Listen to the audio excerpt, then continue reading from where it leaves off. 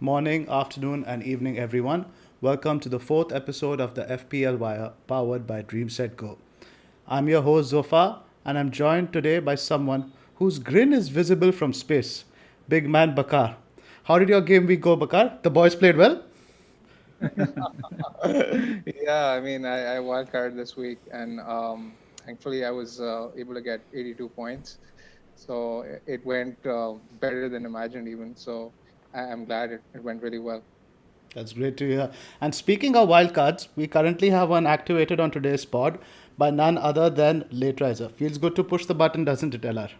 Oh, you have no idea. I've been scratching my head for the last 2 or 3 days, been dilly dallying whether to wildcard or not. I've been troubling both of you a fair bit as well in terms of what to do. And I think I've realized that pushing the wildcard button is actually a little bit like your marriage conundrum. You're never going to be 100% sure in terms of making that decision, but if it just feels right, you need to be a little instinctive with that. So yeah, I went for it, and once I push the button, I feel a lot better. It's all about taking the plunge. Yep, So, yep, yep. quick word about Dream Set Go. Dream Set Go is a global portal for fans to gain access to sporting events around the world. Accommodation, flight tickets, hospitality, stadium visits, everything can be tailored exactly to your requirements. They also do celebrity experiences, which include masterclasses with your favorite sports celebrity or something as simple as birthday shoutouts. Visit dreamsetgo.co for more. The FPL Wire is a part of the Fantasy Scout network, and all stats used in this podcast are taken from the FFS members area. Please sign up if you haven't already. And today we are going to be talking about a few interesting things on the pod. We're going to be starting talking about how our individual teams did last week, just a little bit on that. We're going to be talking about three teams in detail: Man City, Wolves, and Brighton and Hove Albion.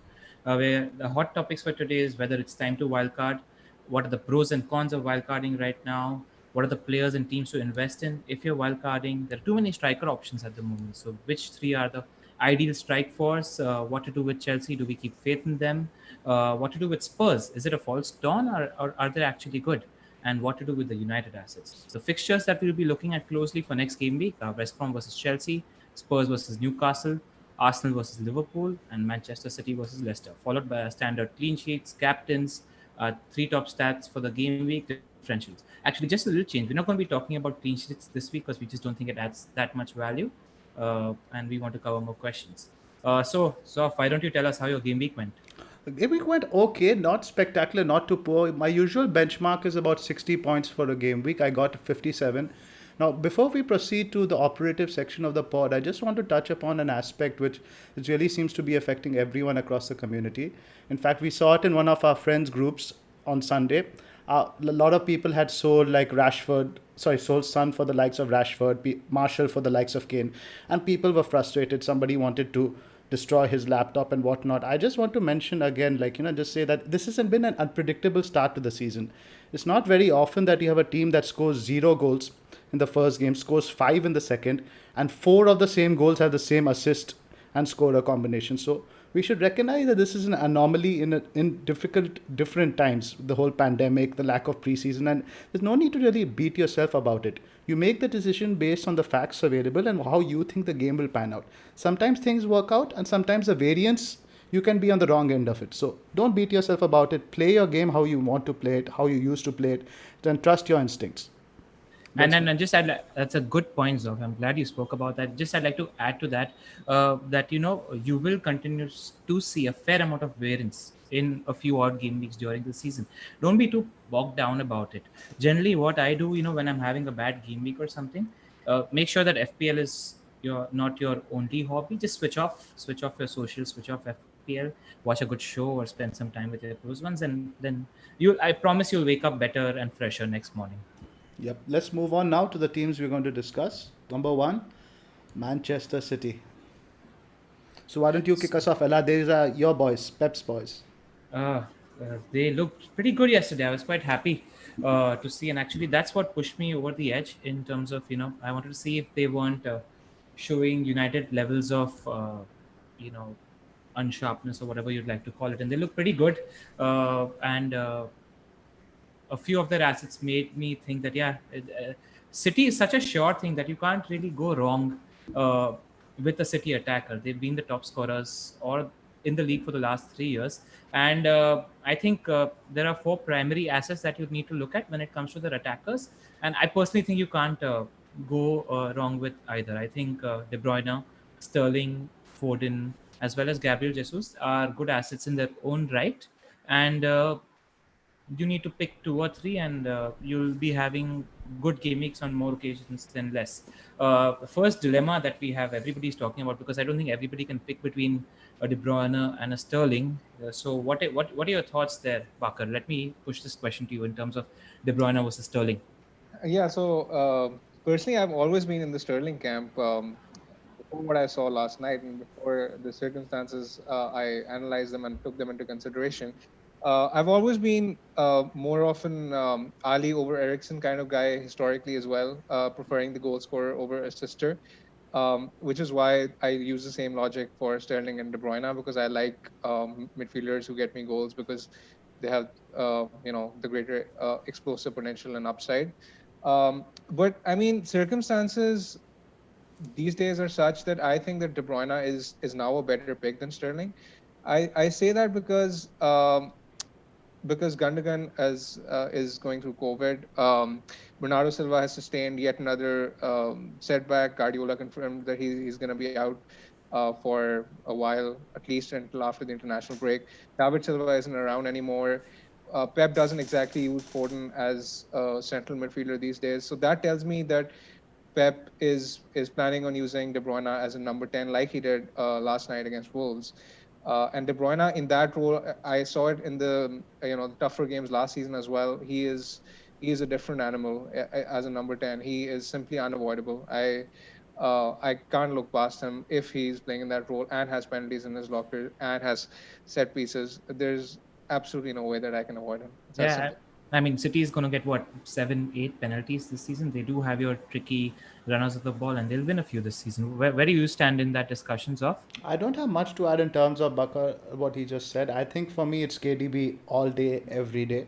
Sterling, after what he did to me in terms of captaincy last year, I really don't trust him. That being said, I owned KDB for 36 weeks last year and I captained him only once because I felt like, he's the kind of guy who'll consistently get you a drip of points rather than the 20, 25 that Sterling sometimes can. So I guess to a certain extent it depends on your play style. If you're going for those explosive hauls rather than the slow drip, I think. But with this new number 10 role, penalties, etc., I think KDB also has the potential for that explosive score. So for me, it's a no-brainer with KDB. We spoke about this at length actually in our first part of the second one, where we says it really depends on what midfield Pep plays, and if he plays Foden in the David Silva role, then KDB remains the asset that he was last season. But what we saw in the first game was he played further up than usual, and it looks like he might stick with that. I just in case our viewers didn't see the game yesterday, I the formation was a 4-2-3-1, but I thought it was more like a 4-2-2-2 in terms of we had our two holding midfielders in the pivot, and I felt like De Bruyne and Foden were sort of the advanced midfielders, and Gabriel Jesus and Sterling were sort of the attackers. Sterling, one thing about Sterling is I thought that once Sane wasn't playing last season, he was hogging the touchline a lot, and when Sterling is hogging the touchline, he's not a good asset. This is not what happened yesterday. He was getting in good positions. He was inside the box. He was, if there were a few crosses going in, he was right in the center of the 6-yard box for a tap in. So I don't think he's going to be a bad asset. That said, I am of the opinion that in given the current circumstance, De Bruyne is a better asset than Sterling, given everything that you guys mentioned. There's just a few stats that I'd want to actually talk about when it comes to what happened between game week 30 and 38 last season. Sterling actually gets the most big chances per 90 out of all these assets. I'm going to talk about Sterling, Gabriel Jesus, Foden, and De Bruyne. Where Sterling got 1.35 big chances per 90, Gabriel Jesus got 1.14 big chances per 90, Foden got 0.63 big chances per 90, and De Bruyne got 0.4 big chances per 90. That said, De Bruyne is not one to shoot from inside the box too much. I expect that to change this season if he holds the number 10 role. Talking about shots in the box per 90, Jesus is very trigger friendly. He's 3.68 shots in the box per 90, which is highest in the league.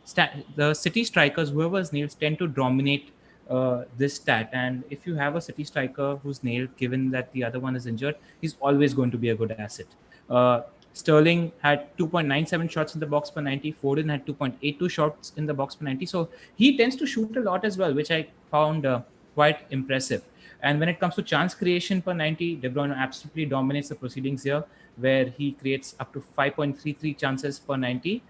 The other two are between 2.03 to 1.25. To summarize, I'd say that all of them are good assets. It depends on your playing style. At the moment, given the next two fixtures, I'm on my wildcard. I'm definitely looking at a double up when it comes to the City attackers and maybe a triple up. Let's now And speaking about that. Let's just dissect. I mean, we don't need to speak much about KDB and Sterling. Let's touch upon Foden a little bit. Do you think he's nailed now? I know while Bernardo and Mahrez are slightly on the periphery, Foden is going to play a more bigger role. But once the international break is over, do you think Foden can be relied upon for starts? Uh, I'm not sure at the moment. I mean, you're never sure with Pep because I don't think Mahrez is going to sit on the bench for too long, and Bernardo Silva will be in the frame There's also the new soon. guy, Ferran Torres.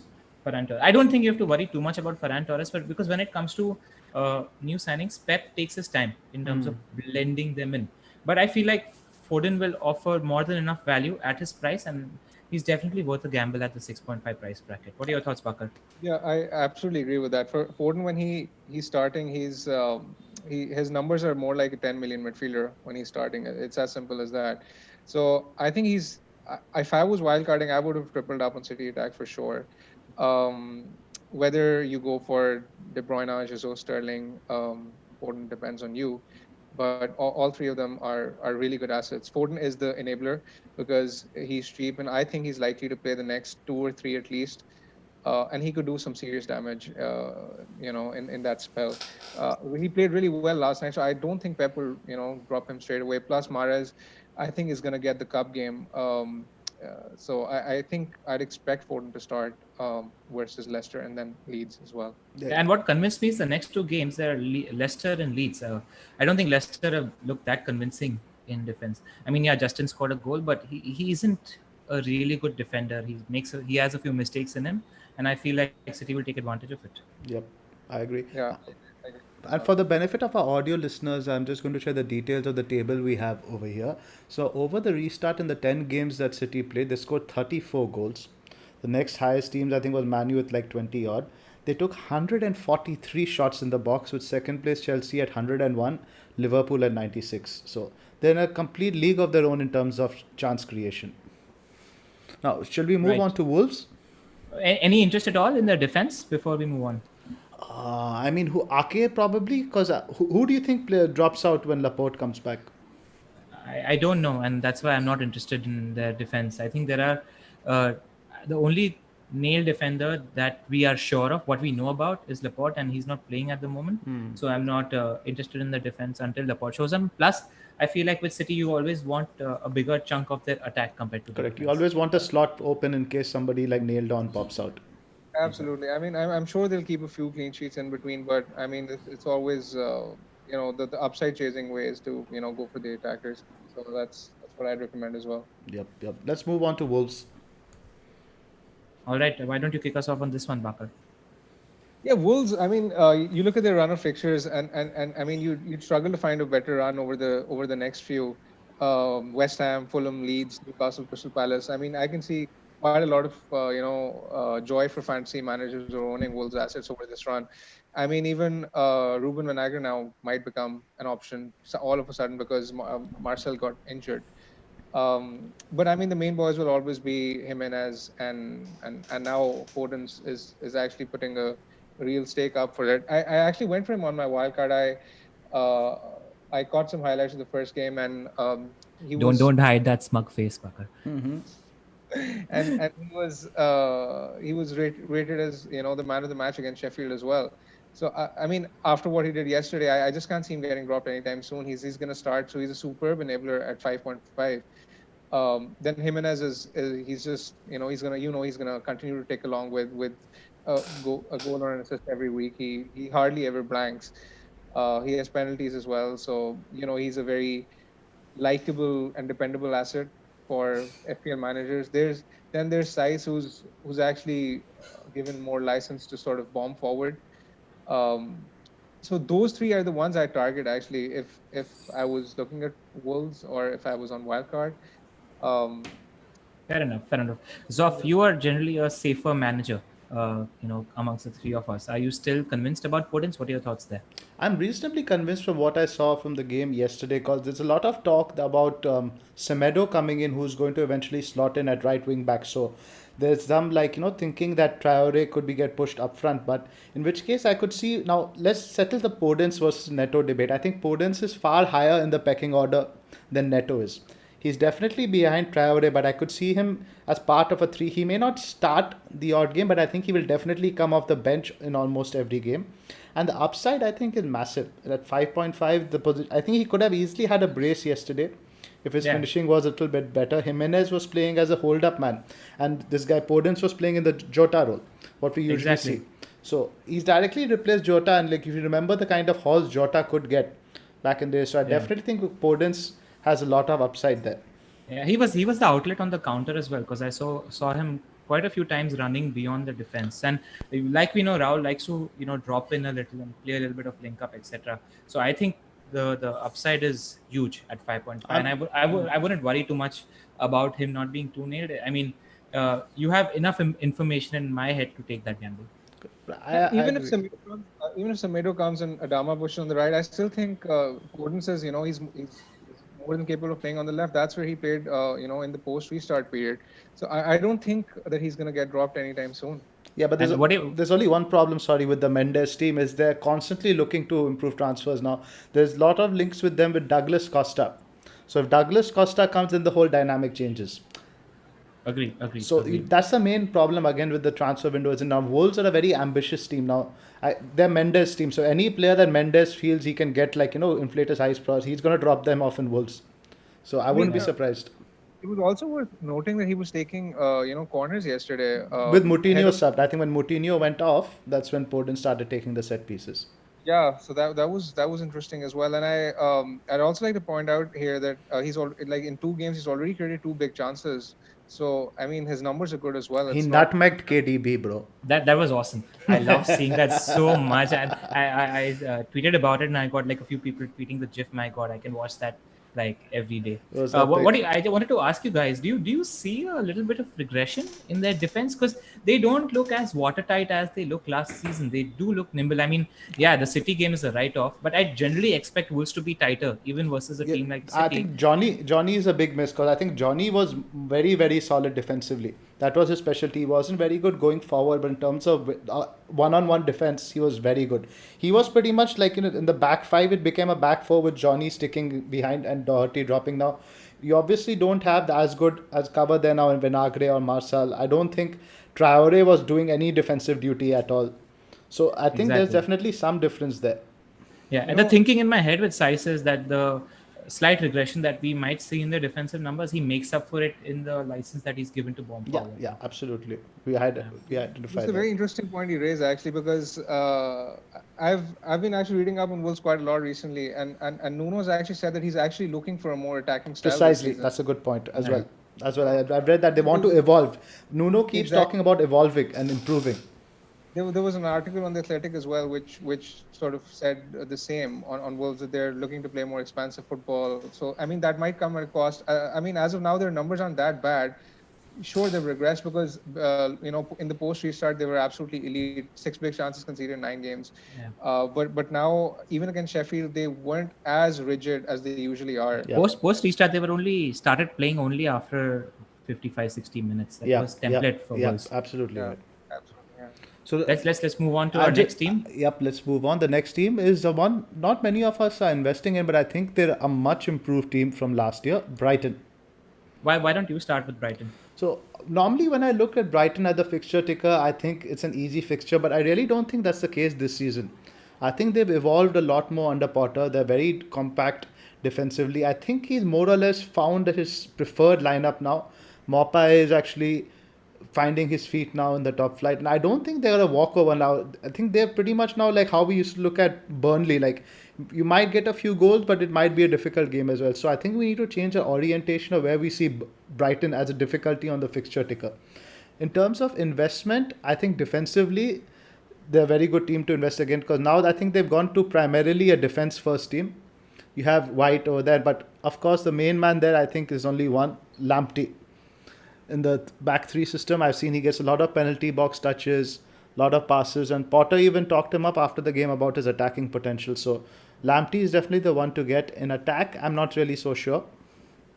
What Yeah, do you guys he's think? he's playing the De Bruyne playmaker role, starting at right back. Actually, it's not right back; it's right wing back. So what Yep. Brighton do is they play three at the back, and Lamptey is given license to bomb forward. And the thing is, he's not like a Theo Walcott, where he just doesn't have pace and power. He's got a good head on him, and he's got precision. So like the crosses that he puts in are actually very accurate. They're always threatening that defense. And what surprised me the most is that counter attack that they had in the last game, and he was the furthest forward running at goal.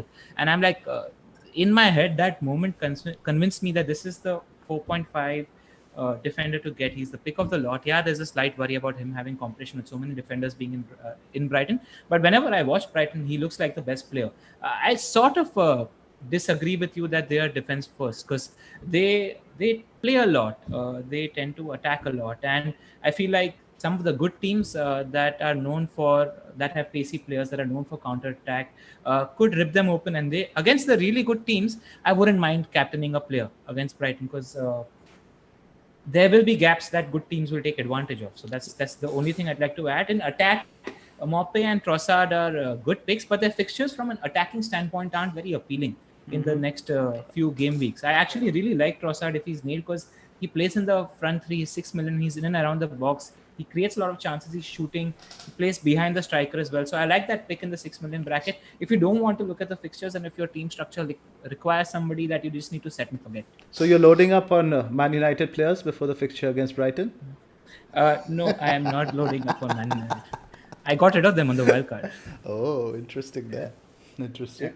So what I agree with you guys. I mean, Lamptey, I think is the obvious one over there. I noticed he's getting a lot of touches in the final third as well. I was actually reading up on the fan forums as well, and all of them, they seem to love Lamptey. They think that he's one of their best players, and he's a future sort of a top player at Brighton. Absolutely. I really wish he hadn't left Chelsea, but there was no option. We have James and Aspie to like in the pecking order.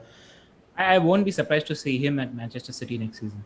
Ooh, that's a big call. Just the kind of that's a player huge that jump. could- That's a huge jump. I think he's good. I mean, how many good right backs do England have? They're best in that position. Right. Because so just going back to Brighton stats, that's in fact what I've put up on the slide over here. Now, apart from Villa, Man City, and Man United, who have all played only one game each, only Liverpool and Arsenal have conceded fewer shots in the box than Brighton. All right. Interesting. I think that the arrival of Ben White has also made a huge difference. For sure. He's quality. He's very They've allowed only consistent. 5 shots on target in 2 games. Yeah. So yeah, good defenders, and Lamptey has license to come forward. Go there for sure. So while we are on Brighton, let's do a quick, like, let's say Ryan versus Martinez. Who would you guys prefer? Exactly. I think I'd prefer Martinez, because the way that Brighton play, the chances that they allow might be big chances, because they don't tend to sit back, sit compact and defend, and lead to the opposition having long shots, which leads to keepers having easy save points. I don't see that being the case with Brighton, and I'm not sure if I have the confidence yet to double up. I feel like Lamptey is a much better asset compared to Ryan. I'm not convinced about Ryan, and that's why I'd go Lamptey. And in case of the Martinez debate, I'd go Martinez. Yeah, I don't need to ask Bakar. We already know which side he leans. One more smug smile on his face. Has a Martinez jersey been ordered? Not yet. About to. About time. Right. So now let's move on to a big topic. I think there are a lot of wildcards flying about. What do you guys think? Is it the right time to wildcard? Let's ask the man on a wildcard first. LR. So I think this is a good time to ask me this question, because my head has gone to all kinds of places in the past 2 days, considering the pros and cons. And I've had a bad start. I'm sitting at 4.5 million overall rank, and you start to doubt your decision making when something like this happens. And I realized that for me, wildcarding was the good decision, because once I did wildcard, I feel better about it. But what I'm going to do is, and we need to be balanced as somebody's as people who are podding, in terms of what the pros and cons are. Now the pros in my head and the thinking in my head is that when I'm going to wildcard, I'm primarily going to back Wolves, City, and Liverpool. Now, these teams aren't a shot in the dark. They've been a sure thing in the league for the past 2 years, and they're going to continue being a sure thing. You only need to see whether they look sharp, whether there's any signs of rustiness, which wasn't the case. So it isn't a very risky wildcard to play if you don't have a huge bulk of Wolves, City, and Liverpool players in your team. Now, the second thing that I ask myself is, am I confident in terms of the glue guys that are emerging? The guys that you want to stick in your team and then never move around. So Lamptey is one that propped up. Sice is one that propped up. Reece James is somebody who's interesting me in the 5 million price bracket. Burke is giving me interest. There's Podence, who's emerged as a value stick and forget guy. There's Jimenez. And there are a good few players emerging in the mid price bracket as well when you're talking about Zaha, Barnes, Foden. So I quite like the brackets that are emerging, and I'm quite confident that not much will change, or these guys won't turn into bad assets overnight, which pushed me to take the plunge. The third thing that I really want to talk about is I actually took a minus eight last time to change my midfield. I had Dele Alli, I had Bissouma, I had Aubameyang, I had all kinds of problems in my team, and I took a -8, and I still had double Saints defense in my team, who I'm not convinced about. I had a conversation with Lucy again, and she said that Ralph Hasenhüttl is the kind of manager who's we had this conversation before potting. He's very system oriented. He's very stubborn, and he's going to stubbornly stick with his system. He's like Bielsa, no matter what. I don't see him game managing. If he wanted to game manage, he would have done that in the middle of the Spurs game, where they were so consistent. It was like watching the replays, because they were getting open up, torn apart every attack in the same way. So that's something I thought of. And I see Saints defense improving? No. Are there better picks for the price bracket? Yes. So I felt like, with FPL, you don't need to take half measures. If your team is very far away, let's say 4 or 5 or 6 big picks away from where you want it to be, then you need to go the whole way. Because what would happen otherwise is I'd be fixing and mending my team for the next 3 or 4 game weeks, instead of being ahead of the game and making luxury moves based on fixtures. And I also know myself as a manager. I'm not a patient manager. I like taking hits. I like having a really good team on paper, etc., etc. So knowing my identity as a manager, I decided that I don't like playing defensive. I don't like playing on the back foot. So I went for the wild card. Another point that others might care about, I generally don't really care about it, is that the ideal team that you want might not be as affordable as it is. I don't really worry about it too much, because at the end of the day, it's about picking Jimenez instead of Gabriel Jesus, which is not that big a deal. Now, and the biggest, most important factor is the peace of mind that playing a wild card gives you, because you only have 1 or 2 or 3 decisions to think about week on week. If you have the wild card pending, it's always niggling. Am I doing the right thing? Am I not being proactive enough, etc., etc. When it comes to the cons, I'd like to talk about the fact that there is still a huge amount of variance. The Spurs Saints result was a freak result. Like you mentioned, you don't see the same guy scoring 4 goals and the same guy assisting 4 goals and scoring, giving an assist. We saw Spurs not look that convincing in the first game, but we still call that that Saints would play a high line. So there is still variance. The guys who did the Salah to Mane move in the second week got punished. So there is pros in holding your wild card. If United could play really well against Brighton, and the likes of Bruno, Marshall, and Rashford might do what Spurs did. And what is happening this year is that there are teams at different levels of preseason in terms of fitness. So we don't really know if all the teams are at the same level of fitness, which enables us to judge the pros and cons of a team. And then there's still the game week 18 and 19 blanks and double scenario that you need to worry about, and a slight worry in terms of if there are any postponements in terms of COVID. So I think those are the pros and cons that I weighed, and my team was more further than I wanted it to be. And I know myself as a manager, which is why I went for the wildcard. But you need to see how far your team is from having the ideal team, and what your personality is as an FPL manager. So tell me, Bakar, what led you to pull the wild card last week? We were all pretty surprised. We didn't discuss it on the pod, and all of a sudden we see wild card. So what pushed you over the edge? Yeah, so this is a very interesting story I'd like to tell. Firstly, I mean, I get a lot of people asking me on my socials that why aren't you should we wildcard? They send me their drafts. It's a very personal decision to take. I mean, it depends on the kind of manager you are. So I'll tell you how I kind of wildcarded, how I walked into a wildcard. It was last time this week, last time past week we were talking. I wouldn't have imagined in even my wildest dreams that I would have wildcarded by now because I wasn't even considering it. I was fairly set on saving a transfer. What happened was that after the pod, like that same night, I was talking to a friend on WhatsApp, and he's sort of he's playing FPL for the first time. He's taking it seriously for the first time. So I'm kind of mentoring him. So he was asking me for advice for his team, and he asked me to if I could show him my own team. I sent him my team, and he's like, oh, you have Robertson, Trent, against Havertz, Werner, Mitrovic I told you that. Mitrovic against Sterling. Then there's Dyer against Che Adams. So where are you going to get the points from? I mean, and he's like, why don't you wild card? So I mean, that kind of got me thinking. I was like, this is a guy who's playing FPL for seriously for literally the first time, and should I really listen to him? I mean, I kind of changed the topic, but over the next 30 minutes while we were texting, on the back of my mind, I was thinking whether he might be right. And The on my mentor became the mentee. and on my laptop, I was sort of tinkering with my draft, and what further pushed me was that he showed me a screenshot of his team that he had wildcarded, and I FOMO. really liked the team. And really, I really liked the team he posted. I mean, I made my own draft, and I sort of compared it with my own team. And I mean, with United assets, Everton assets, Wolves assets, I knew that their fixtures were good, and most of the assets were proven. So it wasn't going to be too much of a risk. And I just thought that the upside was too big for me not to play it. And all of those players were differentials. Uh, it was just a decision I made based on that, because I mean, I didn't sort of announce it on any of my social media because I knew I'd get slated for it. Or you get talked out of it.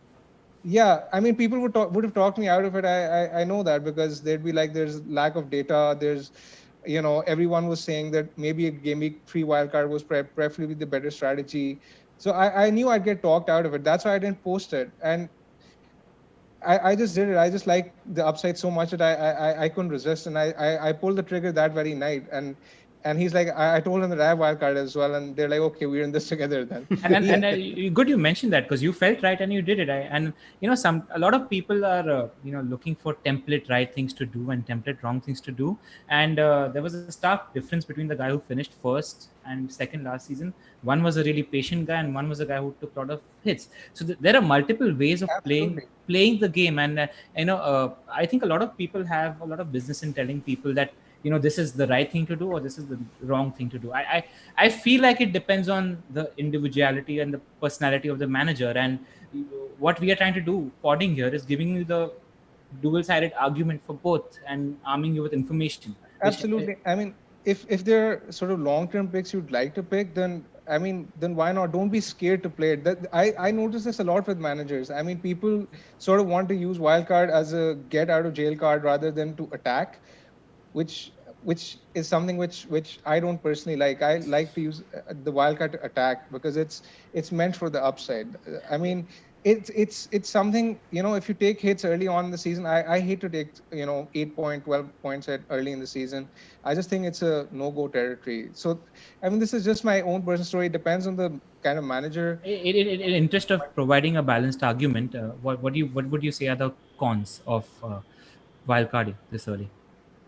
The cons are the lack of data available. There wasn't enough evidence. I mean, it could have gone horribly long. I mean, I lucked out with, for example, Martinez saved a penalty. Salah didn't do anything. I went without Salah, which was, again, a huge risk.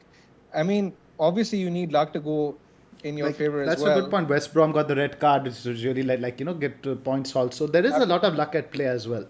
Absolutely. I mean, Calvert-Lewin and James Rodriguez, I had doubled up. I didn't expect, Everton to trounce West Brom by that margin. I mean, there's always, you always need luck to go your way.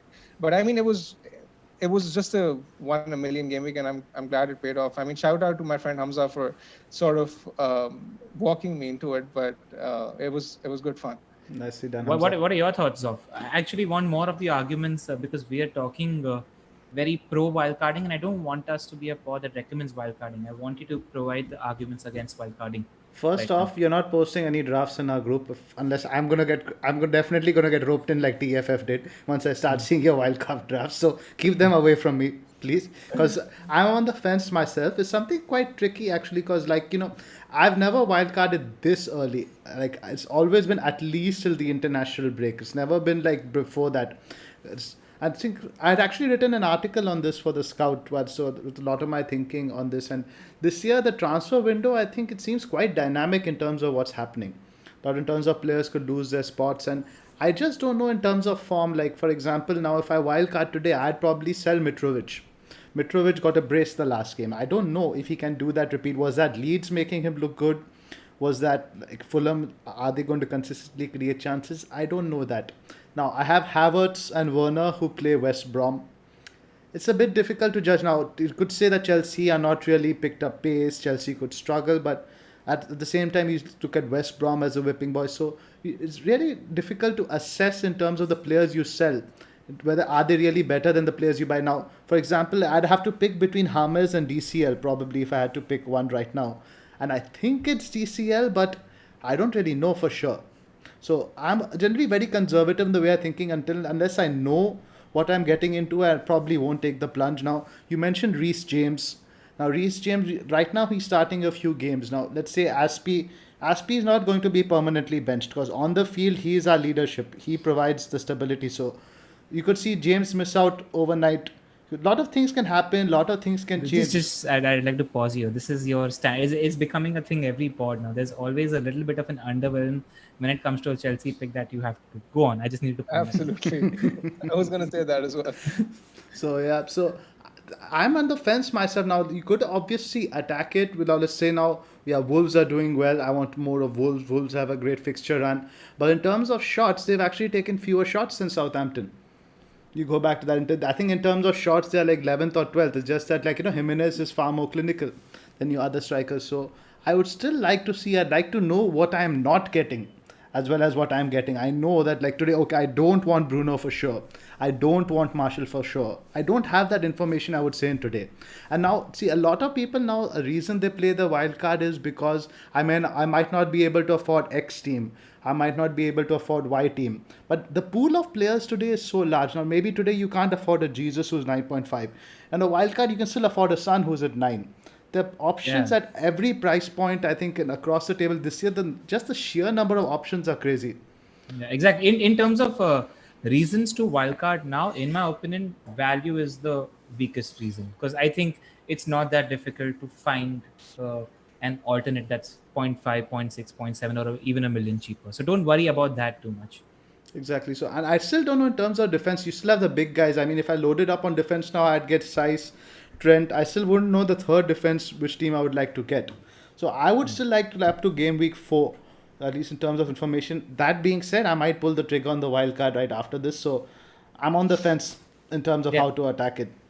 I that's mean, okay. Robertson is a very viable option as well, and I mean, no one is talking about him anymore. Yes, that's why you sold him, no? let's segue into the picks because a lot of the Yeah, FPL I've got the community. fixtures up here in terms of defense for the next 10 weeks. Before we move into that, just wanted to summarize. So what we wanted to do is give you the arguments for wildcarding right now and against, and I think we've covered a fair bit. So it depends on where your team is right now and what your personality And your is style as is, I well. think that matters a lot in terms of your style, what you feel comfortable doing. Exactly. So now for the benefit of those that are on the wildcard, because there's a lot of people in the FPL community on a wildcard this week, we just thought we'd provide the range of options that we like in defense, mid, and the forward bracket. So why don't you start? Yep. So we don't want to pick out a draft and tell you like these are the best 11 players because we always believe in teach a man how to fish rather than to provide you with spoon feeding. So in terms of defensively, like you see on the ticker over here, we've got West Brom up top. I don't think they're worth investing in. I really don't think need to say much there. Southampton, bit of a train wreck to be avoided. Now Everton actually come up at third in the ticker. Dean is getting a lot of attention, but I actually liked Coleman a lot as well. For 5 million, he had more penalty box touches, in fact, than Dean last game. 5 mil. I'd like him over James, to be honest. Then you have Palace, who have also a very good fixture run. Now, there's a lot of talk about Mitchell being short term. I don't think he's a very short term option. Now, Hodgson was a fullback in his day. I think he likes defensive fullbacks. He wants his fullbacks primarily to be good defensively. Now, I think somebody had mentioned on our group when PVA come back, he might even put him in Schlupp's position up top. I think the spot is Mitchell's to lose now. I think what we saw from PVA last year is what we are seeing from Mitchell this year in terms of defensive solidity. So I think it's his spot to lose until he does something really stupid. So if you have Mitchell, I would definitely hold on to him. Not one I would lose on a wild card. Now, Chelsea are up next, and the good news is Kepa has had his medical. Sorry, not Kepa. What's his name? Mendy. Mendy has now had his medical. We have not seen Kepa anymore. Did you guys see the tweet that the female footballer put out that the top level of the men's game this happens? I thought that was hilarious with Kepa's clip. So what happened in the women's football, somebody did a back pass with the forward intercepted and put through on goal, and everybody was tweeting, oh, look at this is the standard of women's football and all that stuff. And that goalkeeper put out a tweet of the same Kepa thing. So I really like that. That was really cool. That was really good. So yeah, Chelsea had a recent fixture run there. Wolves, obviously, they have now West Ham, Fulham, Leeds, Newcastle, Palace, Leicester, Southampton, and I think Wolves are definitely a team you should be investing in terms of defense. Size probably, Vinagre maybe short term, but if they sign Semedo is very attacking. I think as a right wing back, and he has much better end product than Doherty as well. I expect him to come in at 5.5, and that's who I would definitely look at. Then you have Liverpool. Liverpool, I don't think we need to speak much about their defense. I just add on Liverpool. I think that Trent and Robbo are now better option than they were previously, because just like to add that I thought Fabinho was fabulous as a centre back against Chelsea. I thought he had a really solid game, and I feel like Liverpool will have a lot more control in the games than they previously used to, because of the thing that Thiago does. He controls that midfield. He doesn't give the opposition a sniff, and he's very good with these overhead through passes to the fullbacks on either side, which might put Trent and Robbo in on both sides. So I think they become better options than they were previously. I definitely agree. It's also worth noting that they haven't conceded a big chance from open play this season. So, defensively, they've been okay despite, conceding thrice against Leeds. And then another name I'd like to mention is Charlie Taylor. He was really sort of attacking against Leicester as well, and he can put a decent cross in. Burnley's fixtures aren't bad. He's a decent option as well. Yeah, surprisingly, Burnley aren't very high up on the ticker. I've sorted it for defense for the next 10 weeks. I think the fixture stiffen up must be after the next 4 or 5. All right. I just like to say that, when you're picking your team on Wildcard, when it comes to defense, try making sure that your picks are from good defenses. Don't look at the fixtures too much, and try having sort of a long-term picture, because you don't really want to be spending transfers in defense when you're making your moves. And outside of the names that you guys have mentioned, Everton is somebody that interests me. I spoke about Keane last week as well. Their defensive numbers are not so bad. I think only Arsenal and Liverpool have lesser shots in the box this season so far. I still think Spurs are a good bet for clean sheets, and they have a good run of fixtures over the next 7-8 game weeks. Guaita is somebody who's interesting me in the keeper bracket as well. So keep a note of that. And I feel like if you are on wildcard, it would be a good idea to drop a Leicester defender right now, because I don't rate their defense, and you can't keep relying on attacking returns week on week. Castagna is good, but I just actually Evans is back next game week, so that might is he injured? I read he got injured on international duty. I'm not sure about that. Yeah, it's just as long as Justin is playing, I feel like they'll continue to concede goals, because they're giving away a fair bunch of chances, and how much can you rely on attacking returns? So just be careful if you're going for Justin, and now you're closer to a Pereira return than you previously were, and I'm convinced that Justin will make way and not Castagna. Another thing on the Everton defense, Dini's numbers against West Brom were really impressive. He had like 41 touches in the final third. He was also on set pieces, and he played really well. But the thing which worries me with Everton is that despite the fact that their defensive numbers they're actually pretty impressive. It's Pickford in goal, because he looks horribly out of form. He looked all over the place against West Brom. But he was good versus I Spurs. I thought he did a couple of good saves of Ali and a couple of ones. I thought. Yeah, he just bought on his newer mask for one game and he gave it back to Ma because the Bundesliga was starting again and he was back to being Pickford again. I mean, let's just Yes. go back to Everton in terms of defensive solidity. I thought they were pretty leaky against West Brom until the red card. They were. I feel like they'll still be more solid based on the strength of the team, nothing else. That's interesting because I'm just having another look at their fixtures on paper now. Palace away may be a clean sheet. I'm never very confident in their away clean sheet prospects. Now Brighton, again, like we spoke about, good team, could offer something. Then you have Liverpool, tough one to call. They've had their fair share of nil-nils, could be another one. Then you have Southampton away, Newcastle away, Man United at home, Fulham away, Leeds home. The fixtures aren't really as easy, I think, defensively as they appear to be third on the ticker. Fair. I agree. I agree. That's a fair point. I feel like Brighton is kind of Spurs the and only one. Wolves in the 5 million bracket might be a better But, option. exactly. Sorry, Bakar, I cut you there. No, it's perfectly all right. I was just saying that Brighton at home is the one I'd be most confident on, and most of the away games I'm not sure. I mean, Palace away, like ZOPHAR said, is a 50-50. I'm not sure about that. Then Newcastle away, Saints away is a tough fixture in my opinion. Zoff is cold on Reese. What about you, Bakar? I have him in my team. I think he's going to keep his place. I've been reading up on James as well, and most of the the reliable Chelsea journalists seem to think that Aspi is going to have a real fight for his place this season, and they think that James in this form is going to play the next 2 or 3 games, and honestly, that's what I need him for. West Brom, Crystal Palace, Southampton. There's a chance of a double-digit haul. Yeah, for the next right there. short term, I think he's definitely a good pick. But long term, once the Champions League comes around, that's when things will start getting a bit dicey. Yeah, All right. yeah, I agree with that. I mean, his numbers when he plays are really good. Post restart, he was second for big chances created after Robertson. So I know he's an explosive option when he But plays. that's on the back three. A lot of those numbers are actually when we played him in a back three. Yeah, actually, that's a good point. Yeah. Still, I think he's got quality, and definitely. again, he's He's world class. His crosses, He's the best. Wow, Zoff bigging up a Chelsea player. Wow, something new's happened on this pod. No, I will bring up Anyway. Chelsea players. I just don't big them up as FPL options. Fair enough. Let's move to the Attack. midfielders now. Yeah. You guys want to talk about the budget options first? Because I think a fair amount of interesting options have appeared in the 8 million and lesser bracket. But which are the ones you target, Bakar?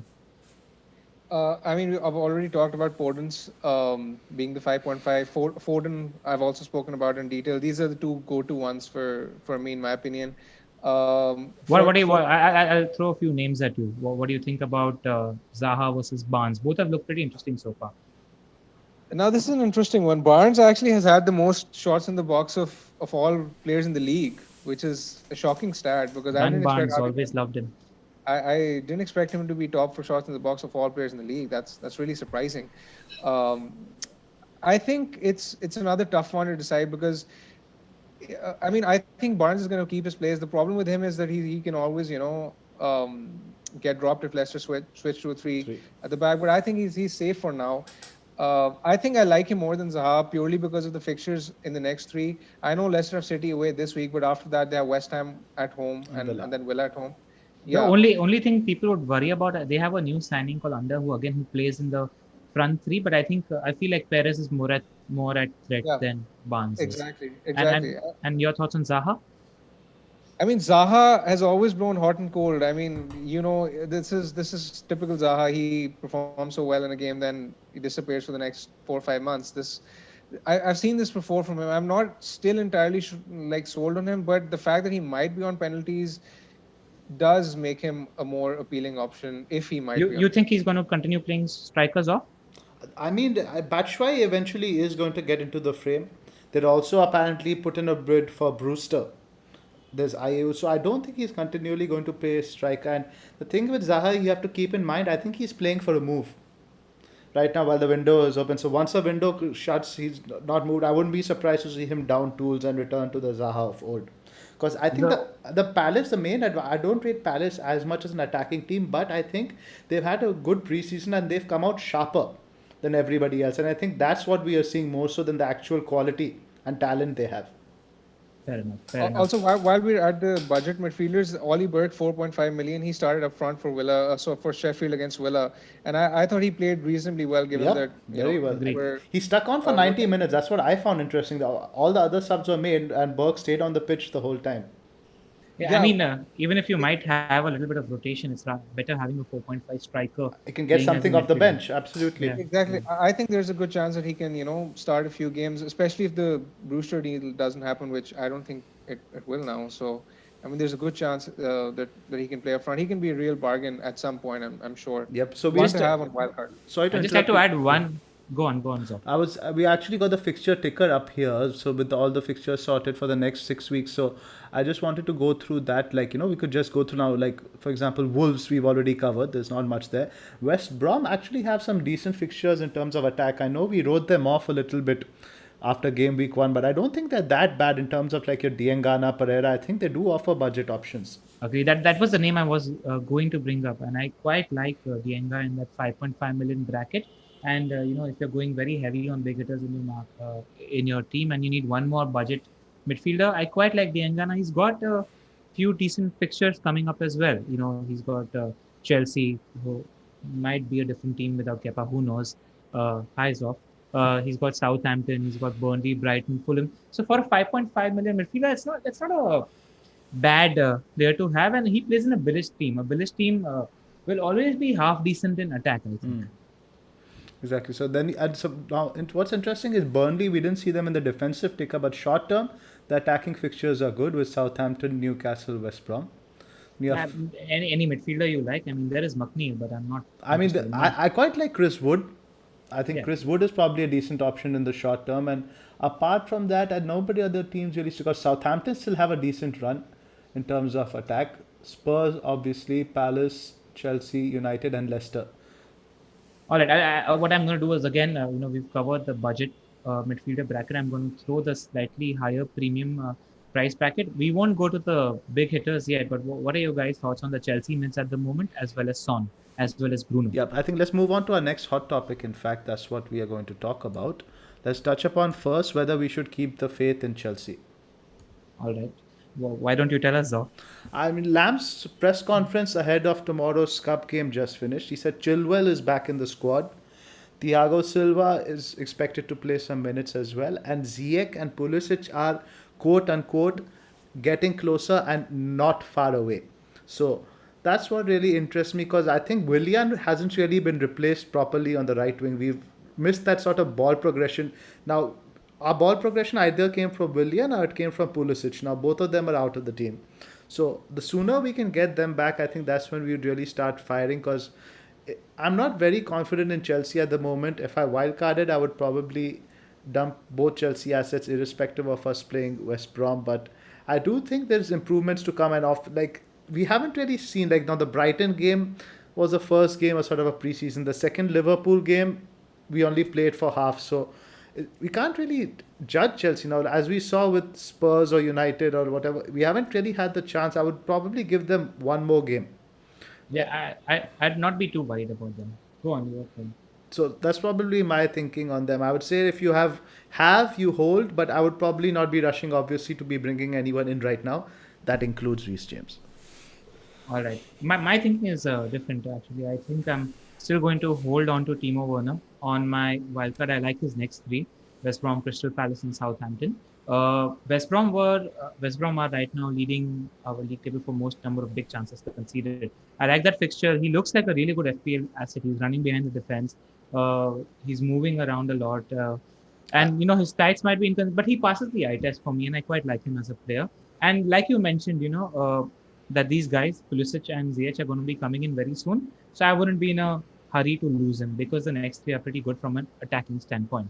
Again, that's the same with Kai Havertz. I thought, the Liverpool game was a little unfair on him because of the red card that happened. And I thought Chelsea weren't playing too bad until that red card, But I think you take this game as a one-off, where it's a very tactical game when the Lampard is playing against the clock. Chelsea will, in my opinion, continue to post good numbers in attack. I wouldn't be selling them if I wasn't playing my wildcard. If I was playing my wildcard, I wouldn't mind having one attacker in my team. Yep. I think, yeah. Yeah. So I agree with both of you when you say that don't buy, don't sell. It's simple. It's basically with Werner. You mentioned that he was West Brom were top for big chances conceded over the next two. I mean, it's also worth noting that 5 of the 8 big chances they conceded were to strikers, so that bodes well for Timo this week, and I think he's going to do well. He passes the eye test for me as well. I mean, I think he's going to do well over the next three. With Havertz, I'm not exactly sure, but if I had him, I would have kept him because the fixtures are so good. And besides the fact, I think that with Ziyech and Pulisic back, I think that'll also make him a better asset And even if because Pulisic isn't back, we noticed in the previous game, Werner was drifting towards the left, Left, playing yeah. sort of yeah, in a left inside forward, and Havertz was playing sort of yeah. central striker. False nine. And Yeah, yeah, I was going to bring that up. So yeah. that's another excellent point. He's getting into good positions. I won't judge them on the basis of a game against Brighton where they didn't exactly have a proper preseason, and then against with 10 players against Liverpool. I think it's a bit premature to make conclusions on the basis of that. Yep. Let's move on to Spurs. So, what do you guys think? Spurs, are they the real deal, or was this just Southampton making them look good? I definitely don't think we're going to see a result like how we saw against Southampton. Again, I mean, we were talking in a group chat, and our good friend Jazzy, shout out to him. This was a good quote from him. He said that Newcastle strikers will be there in the next game where the Saints defenders will. I mean, That's Newcastle brilliant. are going to sit back and defend. They're not going to be as nice. Steve Bruce is going to park that bus and let Newcastle play. But I still feel like Newcastle are a shambles, and I expect Spurs to win by a 2 goal or a 3 goal margin. So when it comes to attack, I feel like there are more attractive uh, players that I'm going leaning towards, but I wouldn't sell for sure. Son is still a good pick. He's tending to make more infield runs than he. We spoke about this in the last pod as well. He's tended to make more infield runs than he normally did, and both of them, Kane and Son, are looking pretty sharp. I mean, people talk about the lack of creativity in the Spurs team. Kane is making a case to be one of the best number 10s in the league. Look at those passes he did in the The previous passing game. range he has is incredible. Reminds me of Rooney. Rooney had Yeah. some very similar attributes. Would either of you guys take a hit for Havertz to Sun this week? No, I wouldn't. No, I won't do it as well. I mean, the high line that Southampton were playing against, Spurs, it was always a disaster waiting to happen for Son. I mean, it was inevitable that I didn't expect him to score four, but with the way, with how expensive they were, it was fairly obvious that, they'd get hit on the counter sooner rather than later. And I mean, the fact that all 4 goals that he scored were more or less of the same type tells you more about Southampton's play style than him himself. I think I agree with Late Riser when he says that Newcastle will be more rigid. I mean, Son will probably still score a goal maybe, but I don't think he'll haul big in that one. I just don't see that happening again. Would you go And either Kane or Son on wildcard? no, I won't because I mean after this they have United away. I know United just lost, but I'm sure they'll improve over 2 weeks after And The um, fixtures are pretty decent. They read after, Newcastle at yeah, home, United away. Then there's West yeah, Ham at home, Burnley I away, was going to bring Brighton. that up. I was going to bring that up. I mean, if I was looking at Son, I would look at him after game week 5, after the United fixture from game week 5 onwards. All right. that's What are for your sure. thoughts, Zoff? Anything to add? Nothing much. And in terms of the defense, I would still say it's a hold. I think, but the whole Davies Doherty situation is a bit more complicated now. I think we read a quote from Doherty where he said he has to do a lot more work defensively, probably more than he's ever had to do in his career. With Davies, now we have the whole Regulon thing. That's how you pronounce it. So the upside defenders thing has gone down quite a bit. I think now Dyer is by far the best pick there. Yeah, and he's still a very decent 5 million defender pick given the fixtures that are happening. They will get a few cleans in the future. Yep. Let's move on to Manchester United. Now you have to kick us off here, Ella. I was very, very disappointed. I mean, I had Marshall captain as well as uh, Bruno Fernandes in my team, and then I'm having a conversation with my father on the dinner table, and he's like, "You need to forget your United bias when you're doing a pod and acting as a pundit." And I was like, "All right, man. My father's giving me advice when it comes to United, so I'm trying to give a more balanced point of view here. We do look not very sharp at the moment. But I don't know how long it takes for a team to gain sharpness. The Brighton game, I think, is going to go either way because I think Brighton is going to pressurize us, and that could either make us crumble because we are not fit enough. But if we are fit, fit enough and we build some fitness, I think we are more equipped as a team to play a Brighton than we are to a Crystal Palace because we have pacey runners who are going to make runs behind the defense. And if Brighton give us the spaces, we'll take advantage of it. So it's similar to what Chelsea is. It's neither buy, neither sell because we haven't looked convincing as yet. And on wildcard, I feel like City and Liverpool are clearly the better team, so we don't need to think about it too much. I have a sneaky feeling that if Donny starts, he's going to be a sneaky little good asset because he was linking up the play and having nice one-twos with the United attack. He's the only one who looked sharp last game. Everybody else was very immobile, I so thought that he was getting disappointed. into the box more than Bruno. I think it might change Exactly. Bruno's role a little bit. Exactly what I was going to bring up because if Donny is starting, I think he reduces Bruno's appeal as an FPL asset. Something to watch out for. That's But interesting. you guys are going to get 20 plus penalties either way, so might as well just stick I it mean, with. another point I'd like to add here that is that I mean, Brighton are. I think Brighton are exactly the sort of team that will struggle against attackers who are pacey and direct, like Martial and Rashford. I mean, you saw that when they played Chelsea, that Werner was continuously looking threatening, making runs in behind, and that's why I think United attackers are likely to do well this week. I think United will score at least twice. Yeah, it So totally depends on how sharp we get because in the game against Palace, nobody was making runs, nobody was moving around. So I was disappointed seeing that. We just didn't look up to it. yep, yep. So I'd say that if you have Martial, Bruno, Rashford, just keep them because there's every chance they can haul against Brighton. What about on wildcard? Oh, that's a more tricky decision. I probably won't. I think I probably won't buy United attacker on wildcard. I mean Rashford maybe because he's the cheapest, but I won't consider Martial because there are too many forward options out there. Bruno's too expensive. I think I I mean Rashford or no one Because yeah, basically. Marshall is more of a form player, isn't he? Right on the restart, you could see from day one he was on it. It doesn't look like he's got that That's level just a yet. lack of preseason. He was great for France and he's going to be one of the top scorers this season. Don't worry too much, Marshall. This is the United fan in me talking, and I'm allowed to be that. Who sold both United players on Mm. wildcard? It's still it's Saturday, time till Saturday left to decide what happens with my wildcard. I'm convinced you'll go with one at least. I don't buy this draft of yours. I'm sure you'll go with one. I don't know. I don't know. Practically speaking, we know for a fact that Liverpool and City, uh, at least on based on probability, should score more goals than United, especially if United don't look as sharp. So yeah, Yep, that's yep. that. Let's Yeah, move yeah. on now to the fixtures. Oh, and don't get our defenders; they are terrible. I think Maguire's probably still in Greece. Yeah. Fixtures. First one, West Brom versus Chelsea. How do you see that game going off? 6-0 to Chelsea. And it's like he has no middle ground when it comes to Chelsea. It's either don't do it or no, we're going to kill it. So I don't know. Uh, I think West Brom have been written off a little bit unfairly. So I'm actually think this game is a bit of a banana skin, because we won Brighton. Liverpool was always a bit of a gimme. So this game, if it's something like 0-0 and we don't score by like let's say 45 minutes, we're gonna panic a bit because the pressure is gonna pile on. If I was Bilic, I'd set the team up to play on the counter, won't not go as expansive as they were in the previous games. So I don't think it's going to actually, realistically speaking, I don't think it will be as high scoring or as easy as we think it will be for Chelsea.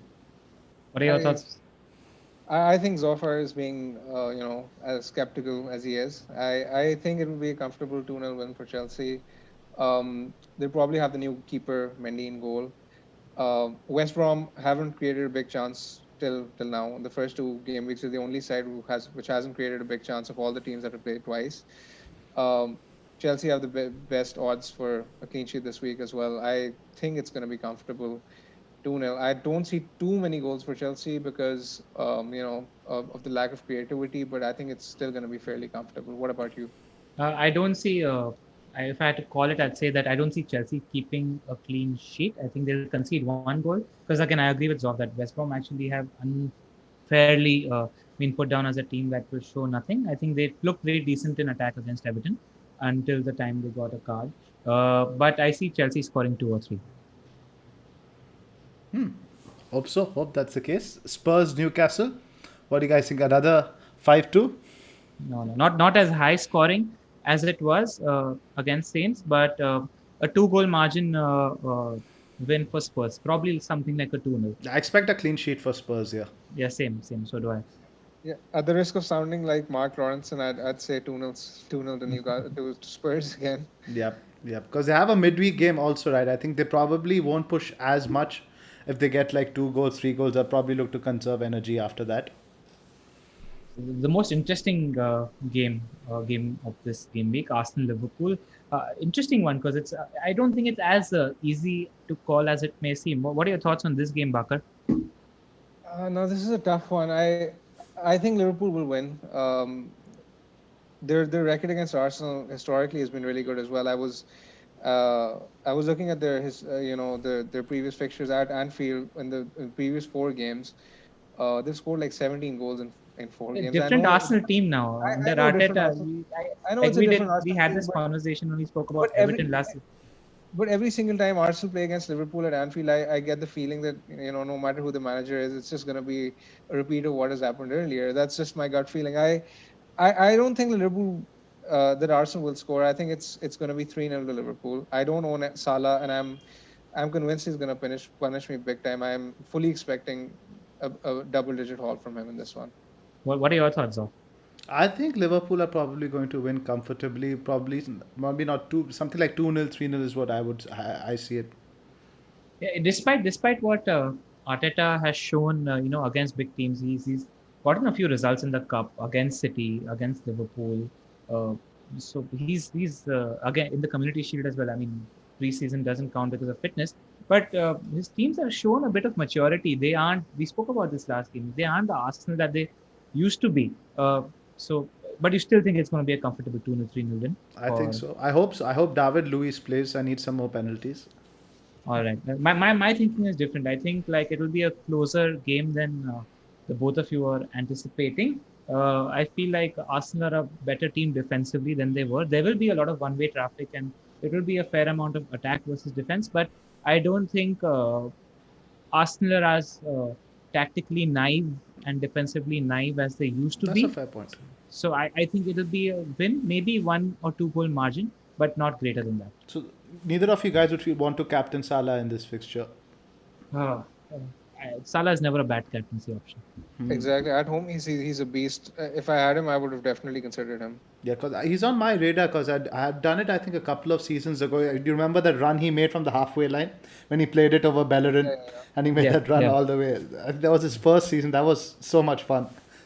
He's made Lewis fall also. I think I remember one goal where Lewis fall and he was running. So many memories from this fixture. I mean, Arsenal, Liverpool, we've seen I think this was a 4-4 as well with the Arshavin thing. So it's always been a great fixture. I hope we see lots of goals. I don't think we'll see lots of goals. Unfortunately, no. Right. So, all right, City Leicester. I think it's going to be a very comfortable win for City by at least a 3-goal margin, and that's why I've got my eyes on them for the captaincy. I think I don't rate Leicester's defense. I'm on De Bruyne captain as well. Yeah. Do you agree with the result? I have nothing more to add. It's. I agree with you guys. Absolutely. The only thing I would probably the caveat I would put, I think, was it the same when Company hit that goal from outside the box? Was Rodgers the manager or was it somebody else? No, I don't recall. I think it was Rodgers. So maybe I'll be interesting to see how he sets up tactically over there when he could probably go ultra defensive. He doesn't even have the personnel, I think, to go 3 at the back right now. I mean, ultra defensive with James Justin. How does that happen? Precisely. He doesn't have the personnel to do that. So I think, like you said, it could be 3, even 4, 5, 6. With City is just about when the floodgates open and how clinical they are on the night. And the interplay between these four, between Foden, De Bruyne, Jesus, and Sterling was so good to watch. So, I mean, elite link up. These two are the fairly obvious choices. Yes, Salah and KDB. Now, I think you're leaning towards Sterling, Ella. Yeah. If I do get Sterling, that's the thing with Sterling. I think he's more likely to get a brace or a hat-trick than De Bruyne. But now I need to slightly realign my thinking because De Bruyne is playing further forward, and if he continues to play further forward, I don't think the gap is as wider uh, as it was last season. So it's going to be a debate between De Bruyne and Sterling if I get both. And I prefer them as captaincy options this week to Timo Werner or a Mo Salah. I think that's probably the next. That was going to be a next question because I don't Yep. think we've seen enough from Werner yet to captain him. Right? When you have other heavy hitters with decent fixtures, I don't think Werner has done enough to warrant the armband yet.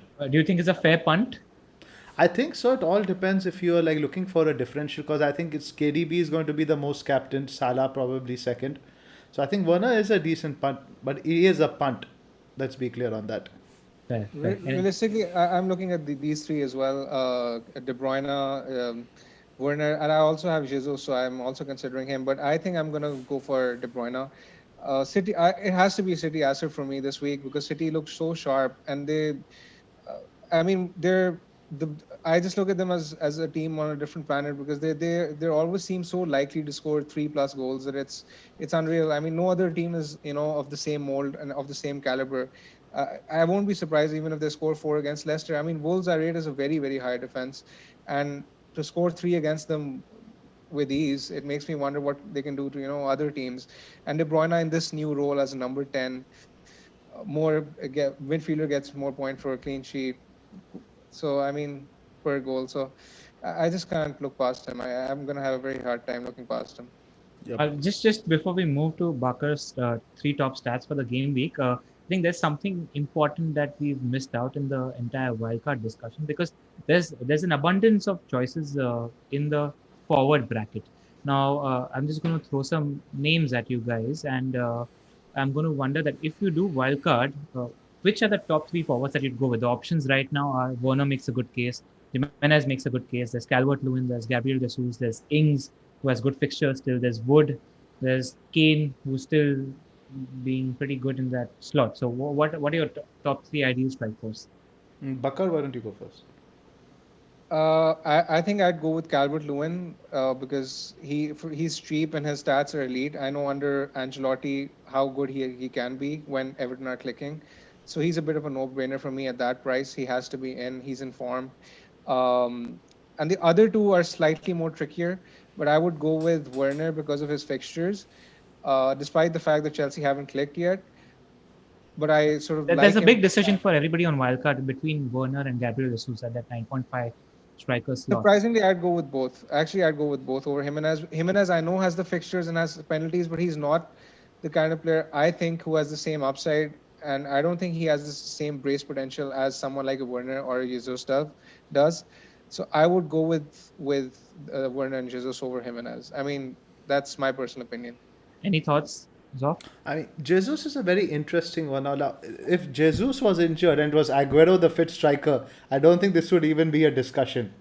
Now, Absolutely. so the thing now with Jesus is you look at it, even while the whole period over the restart when Aguero was injured, I think Jesus had only one or maybe even two hauls where he got like 14, 15, 16 scores. So what happens with Jesus is he's not really the kind of guy, even though he gets the shots, he makes the rest of the team play better. He makes Sterling get into better positions. He makes Foden get into better positions. So I don't know if he is necessarily ideal for FPL. Would you call 4 goals and 3 assists between game week 30 and 30 last season? I mean, as Yeah. Tom Cruise said, a nutless monkey could do your job. You put like a nutless monkey there in front of the City attack, he's gonna score like 9 or 10 goals. I think that's unfair to Jesus. I think I know I'm being because- slightly unfair, but my point is that doesn't necessarily make him like worth 9.5. My point is that in terms of goal involvement, I think Jimenez can probably offer more than I would say Jesus would. And what about Werner versus Jesus? Being a Chelsea fan, I'd be interested in your thoughts there. See, it's classic case of like maybe form versus fixtures over there. I would like, it's very hard to say because I haven't really seen enough of Werner yet. I've seen 90 minutes against Brighton and against Liverpool. What I saw was very limited. I think he'll be back on pens now. I don't think Jorginho will take them anymore. That whole ridiculous hop stop thing will finally stop. So I don't. That's a bit hard to call. But for me, probably the order would be DCL right at the top. Obviously, because he's apparently Inzaghi. I think there was an interview from Ancelotti. He said that strikers should only score with one touch. He said all the 4 goals Calvert-Lewin has scored, he's taken only one touch. I had a striker in Milan who scored 400 goals with only one touch. So, Yeah, I saw that. so Dominic Calvert Inzaghi probably needs to be on top of that list. I would put Jimenez there purely because of the fixture run, which they have. The fixture run is quite kind, and ultimately he's going to be involved in almost every goal they score. He is their talisman. The third slot is really where, like you said, is up for debate. I think even Mitrovic, from what I saw, again, Mitrovic, like Jimenez, if Fulham score, he's going to be involved. And I think what Mitrovic, the thing is, what I can see from him, I think he's playing for a move in a certain extent. He wants to move to the next level in his career. He's played for Newcastle, Fulham. I think he aspires to play for maybe like an Everton or Spurs, maybe like, that sort of level before going to the UCL. So I think Mitrovic has something to prove. Yeah, he was shooting from everywhere against Leeds, but I can't really tell whether that was Leeds or just his shot volume. I think would you go Mitrovic over Wood? It's again a bit more difficult one because Burnley again are not a team I really rate in terms of attack. I never look at the team like look at Burnley and I'm going to look at an attacker because again I look at the identity of the team. Fulham are the same. That's what. But correct. But again, Fulham I feel have like. I think Fulham are going to concede shitloads of goals. So ultimately, someone has to score them at the other end. That's what how we saw with the Leeds game. Fair. That's the thing. There's so many good strikers. I don't even think Ings or Adams are bad options right Absolutely now. Absolutely not. They're getting a flurry of chances. Like we mentioned earlier, I think Bakar mentioned Saints are still getting a lot of shots in the box. So they're not bad options. It's all about the right one at the right time, isn't it? I think you can't really be rigid. I mean, Che Adams got the highest amount of big chances in the first 2 game weeks so far. Hasn't scored yet because he isn't that good a finisher. But I mean, commiserations to him, the monkey. For building up that train, but I feel he's been a little bit unlucky. Yep. All right, so that's the striker dilemma. Now we can move on to our big man's 3 top stats for the game week. Yeah. So, just a second. Man City attack, Barnes versus Vardy, and Leeds aggression. So the first stat I have for you is something I've touched on already. It's regarding the City attack. I did mention earlier that Wolves conceded 6 big chances in the 9 games post restart, which highlights basically that they have an elite defense. However, last time Man City created 3 big chances against Wolves. 50 of them basically. That's basically 50% of the amount of big chances that Wolves conceded post restart. So basically, Wolves conceded 50% of the amount of big chances they conceded post restart yesterday in 1 game. So that tells me that how sharp City are, and this is why I was suggesting that I can't possibly look beyond a City asset for captaincy this week. The second one I have is more on Leicester attack. It's basically Vardy versus Barnes. So far, Vardy, despite having a 13-pointer in the first game, has been preferable for the Leicester attack, having only had 1 shot in the box from open play in 2 games. And over the same spell, Harvey Barnes has actually managed 10, which means that he's actually carrying the goal threat at the minute for Leicester. And this also takes Harvey Barnes top for all players over the first 2 game weeks for shots inside the box. The third stat I have for you is regarding Leeds and why I think regression for Leeds is imminent. So far, Leeds have scored 7 goals from just 12 shots inside the box. Their conversion rate is almost unreal, and it seems borderline unsustainable. The underlying data tells me that from teams who have played twice, only West Brom have created fewer big chances than Leeds, and Leeds have scored 7 times. So that tells me that regression at their end is inevitable. Interesting. Just on that last stat that you mentioned, I'd like to mention that in a post-match interview, I saw it on MOTD. Bielsa mentioned that this is the case with Leeds. So if he might do something about it, right? We have to assume that managers also might be aware of what their team's downfalls are, and I feel like he want his team to attack more, which bodes well for City attackers next game week. Yep. Let's do the Q&A now. All right, let's do the Q&A. No, sorry. Before that, let's just quickly do the differential picks for the week. I spoke about him previously. My differential for this week, no cheating. I'm going to go with Grady Diangana, who's going to do well against Chelsea. I think generally avoiding the Chelsea thing, I think he's a good pick for the next 4 or 5 I think Bakar's got Wood. Do you have Wood? I've gone Chris Wood. 2 big chances against Leicester, and he scored, against them. So he's in form. He's on penalties. Southampton coming on the back of a 5-2 defeat, having conceded the most big chances. I think this is fairly straightforward. Chris Wood for me. Yep. So I've gone for Mopai after seeing LR pick Diangana against Chelsea. So. All right. I don't blame you. We have Lindelof in defense. Exactly. So do we do team reveals now or do we do them after the Q&A? I don't remember. We do We them. can do them. We can do them now. I don't have a draft because I pulled the wildcard trigger at lunch today at work and come home and potted with you guys. Cool. But we mentioned the flurry of options that are available. So yeah, Cool. that's that. Why So don't you guys just I'm just quickly going talk to about your start off teams? now with Bakar's team. Let's talk Yep. about. Let's. Can you just talk us through and please name the players now for the benefit of our audio listeners? Yeah, sure. I have Martinez in goal again against Fulham. Then I have Trent, who's basically an auto pick for me for 38 games, barring injury or suspension. Reece James I have because of his run of fixtures against West Brom. I think he's likely to do well this week. Saiss is my last defender against West Ham this week. Then in midfield I have um, De Bruyne, who's going to be my captain this week. Other than that, I have Podence and Rashford, who I got on my wild card. Unfortunately, he didn't do much for me there. Then my last midfielder is James Rodriguez, which again, and I have James and Calvert-Lewin both in attack, and I'm not entirely sort of convinced they'll do well this week because I think Palace might be a tough nut to crack. My other two forwards are Gabriel Jesus and Timo Werner, and yeah, so that's basically my team, and I think De Bruyne is going to be my Yep. captain. So I think you're good to save a transfer this week. Yeah, good team. Good team. I've already done the De Bruyne in Oh right. for Oh, that's true. That's Okay. Aubameyang. true. Yeah, I yeah, yeah. forgot I've about that. already done it. Yeah, yeah, yeah. I sold Aubameyang for De Bruyne. Right. So my team now. I'll just walk you guys through it. I've got McCarthy in goal, Alexander Arnold, Ayling, Mitchell in defense, Salah, De Bruyne. I got Salah as captain in this image, but it'll change to De Bruyne. Havertz, James Rodriguez, that's a midfield. Mitrovic, Werner, and Ings. So I've already done one free transfer that was Aubameyang to De Bruyne now.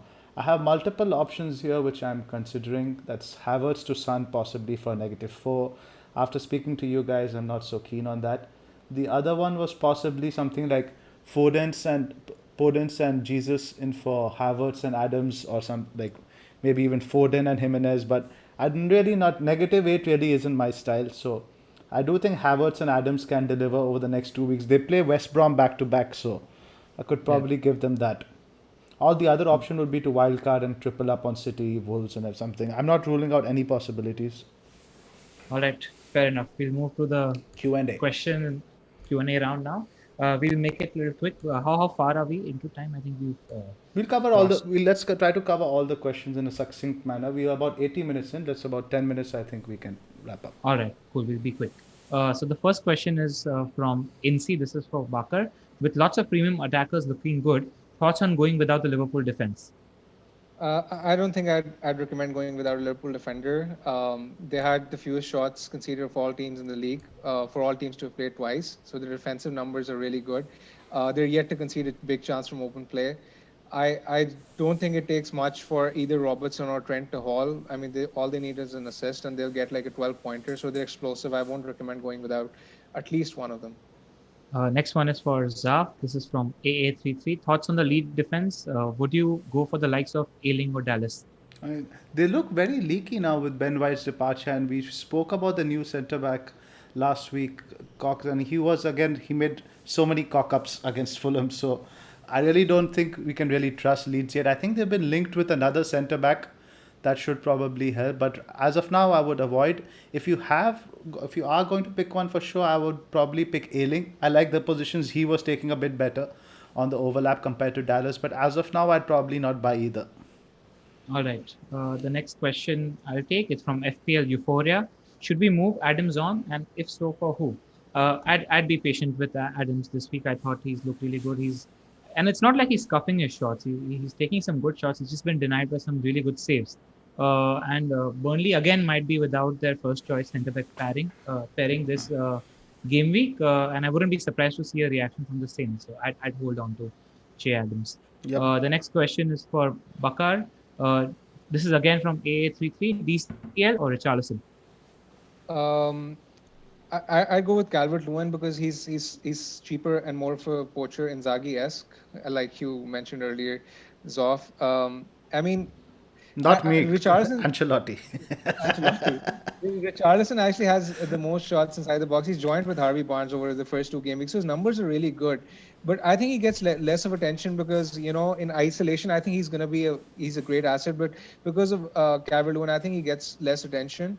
I'd go with Calvert-Lewin because he's outstatted Richarlison over a larger sample size under Ancelotti last season as well. So he's more proven, he's more dependable, he's cheaper. Him for me. Yep. All right, fair enough, fair enough. Next question is for Zoff. This is from Siddharth underscore Kera. Reece James looks like a starter, or Aspi will rotate with him.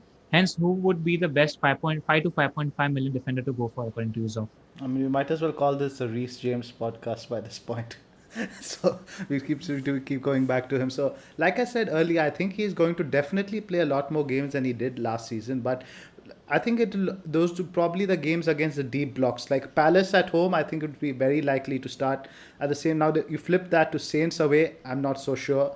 After a Champions League game again, I'm not so sure because Aspi on the field is a huge presence, and problem is Chilwell is also quite attacking on the other side. So to have two very attacking fullbacks against a team which is going to counter attack could be a bit risky. So you have to keep that in mind as well. So I do think like a Bakar said for the short term, for the next three fixtures, I think James is a good pick. But once the UCL starts kicking around, then you'd be sweating on team sheets every week. And another thing to note is he's not normally you don't see defenders get subbed on. Now James can play in midfield as well. So a lot of times if you're trying to conserve a lead, you might see him subbed on and later on in the game, which is going to deny your auto sub. So be wary of that. All right, fair point. The next question I'll take is from Gugatron. Is it worth a -4 to ship out McCarthy right now, and who for that price? The best keeper in the 4.5 bracket that we've discussed, the other options are Martinez and maybe Ryan, but I wouldn't take a hit to ship out a keeper, and they play Burnley, so you could clean. The next question is for Bakar. It's from Sanjib underscore UYNWA. If you're playing your wildcard, would you double up on City assets? I mean, this is an easy one for me. I've already answered this. I would actually triple up Jesus, De Bruyne, Foden, all three of them in for me on wildcard if I was wildcarding this week. Fair enough. Next one is for Zoff. This is from FPL underscore MPEG. I think we've spoken about Zaha already. So I think we can skip this one. Yep. The next one is from I am red underscore Ron. Jimenez or Ings for the next few weeks. I think I'd go with Jimenez because I feel like he's got considerably better fixtures from an attacking standpoint. So I'd go with Jimenez. Also momentum because I think Saints are just not in a good place right now. Fair point. Fair point. The next one is for Bakar. This is from Jack underscore Burgess. Is it worth taking a 4-point hit on selling Aubameyang for someone like Son, KDB, Sterling, etc., assuming that the 4-point hit would be unavoidable? I would probably sell for a Man City asset. I think. I mean, mostly when I'm making a transfer, I think of moves as a 4-point hit anyway, so as to justify whether or not they would be worth it over the long term. That's a great point. I think I would just do it. Great fixtures, captaincy candidates. I probably won't buy Son for a hit, but because of United away next week. But I would 100% sell Aubameyang for a City mid for a 4-point hit. Yeah. All right. Next one, I agree with you. Next one is for Karthik from Karthik1886. This is for Zoff. Would you hold or sell Bruno Fernandes? I remember Bruno, I think he got a brace in this fixture last year. So unless you're selling him for a City mid, probably De Bruyne or Sterling, I would hold. Gonna make me regret my wild card. Anyway, moving on. This question is from our good friend Polo Spen. Thoughts on the Trent Robertson double up? iTest is showing me that they are doing some great points dodging. Robertson versus James is a real dilemma.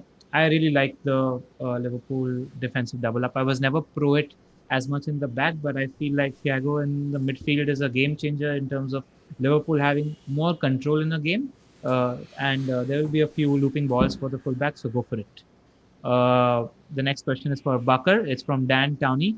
Calvert-Lewin versus Jimenez for the mid-price striker spot seems like the ultimate in-form versus fixtures for the next few. Both are in form though. But if you are transferring to one of them, which one would you all favor?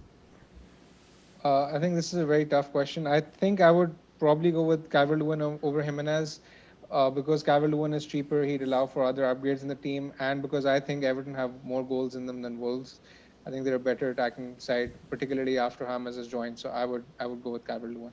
I actually disagree with you on this one. I personally think Jimenez has got an ideal attacking run in the next four fixtures. So first, I'd recommend Jimenez. You feel like breaking the ties off? I would actually say DCL purely for in terms of a value perspective, but I guess you could probably spread it if you have Hammers in midfield. If you have Hammers in midfield, you could probably go with Jimenez instead. All right, good one. The next question is for you, Zoff. It's from Joseph Melvin. Would your current team value be an important factor in your wildcarding decisions? If you have below 100 million, would you wildcard? Your existing team value doesn't necessarily play a decision in your wildcard, but as we touched upon earlier, a lot of people do play it for value considerations. If you have risers, if you have followers, for sometimes it can be maybe a 1.1, 1.2 swing. In most seasons, I would have said yes, that is a valid reason to dump those players. But this year, you have a lot more options. What you need to evaluate is whether you see potential from those players still. That's what All really right. matters. Cool. And the last question of the day, this is from the FPL T. I'll take this one. Is it time to jump back on Leicester? Seem to have shaken off the slump and have some exciting players across multiple price positions. My thoughts are on the defense that I'm not very hot on the defense. I don't think they're a very good defense until the time Pereira comes in. The only pick that I've consistently liked in them for them is Harvey Barnes because I feel like there are better striker options than Vardy. So Barnes is the one to go for if you're going with Leicester. Yeah, I think that's the pod for this week. this night. Just a couple of things I'd like to mention.